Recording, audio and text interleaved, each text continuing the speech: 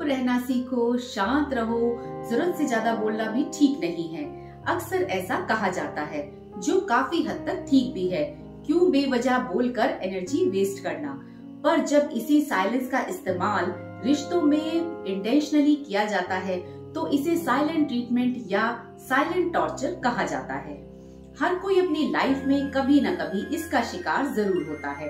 जब कुछ लोग इसका इस्तेमाल एज ए पनिशमेंट या एज ए इमोशनल टॉर्चर के रूप में करते हैं, तब ये एक कोई छोटी मोटी बात न रहकर बहुत बड़ी प्रॉब्लम बन जाता है, क्योंकि ये बिहेवियर सामने वाले की मेंटल हेल्थ के लिए बड़ा घातक होता है। Hello and welcome to my YouTube channel. मैं रश्मि सहरावत एक बार फिर से आप सभी का स्वागत करती हूँ।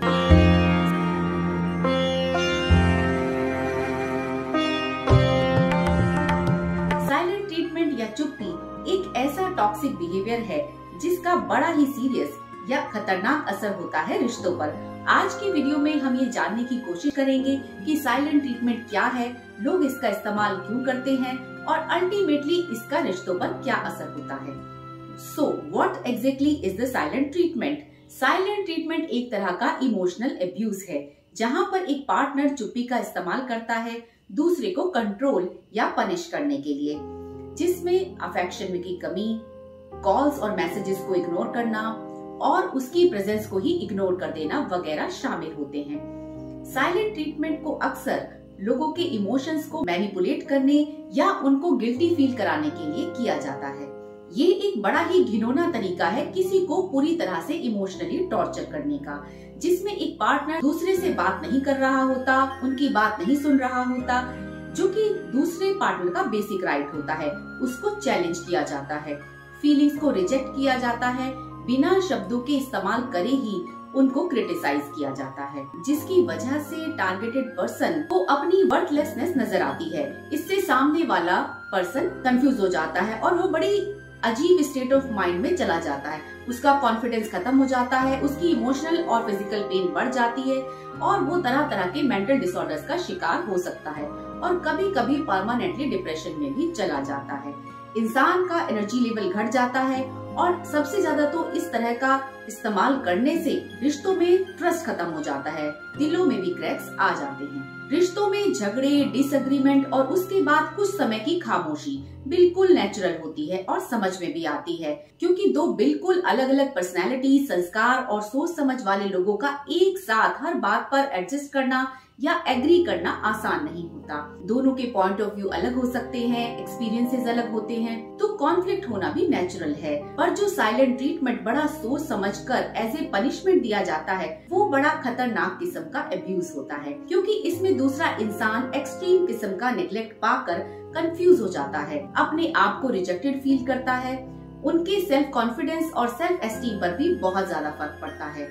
अंदर ही अंदर इंसान खुद को खोखला महसूस करने लगता है, उसे अपना वजूद नजर ही नहीं आता। पर ये जो साइलेंट ट्रीटमेंट देने वाले लोग हैं, ये पब्लिकली बिल्कुल नॉर्मल रहते हैं, पर घर में आते ही फिर से साइलेंट ट्रीटमेंट देना शुरू कर देते हैं। ऐसे बिहेवियर से तो कोई भी कंफ्यूज हो जाए, फिर इंसान अपने आप को ही जस्टिफाई करना शुरू कर देता है। पता नहीं मैंने ऐसा क्या कह दिया, मेरी वजह से ऐसा हो गया। पर ये जस्टिफिकेशंस कोई काम नहीं आते, क्योंकि सच ये है कि ये बड़ा प्लान्ड किस्म का अब्यूज होता है जो आपके ऊपर ट्राई किया जा रहा है।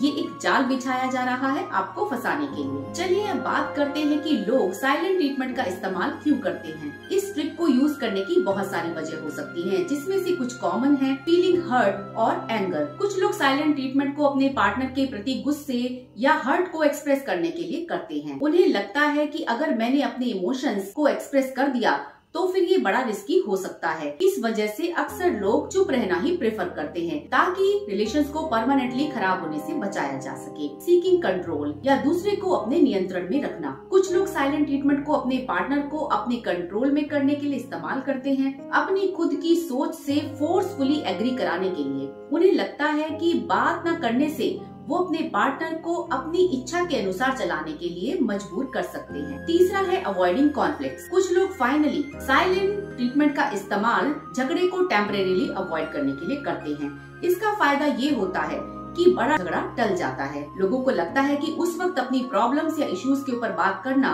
सिर्फ उनकी प्रॉब्लम्स को बढ़ा सकता है, so they choose to stay silent. अब बहुत बड़ा सवाल ये है कि आखिर साइलेंट ट्रीटमेंट का रिलेशंस पर क्या प्रभाव पड़ता है। Unfortunately it can be devastating. ये रिलेशंस को काफी हद तक नुकसान पहुंचा सकता है, जैसे लॉस ऑफ ट्रस्ट। जी हाँ, इससे आपके प्रति लोगों का विश्वास खत्म हो जाता है।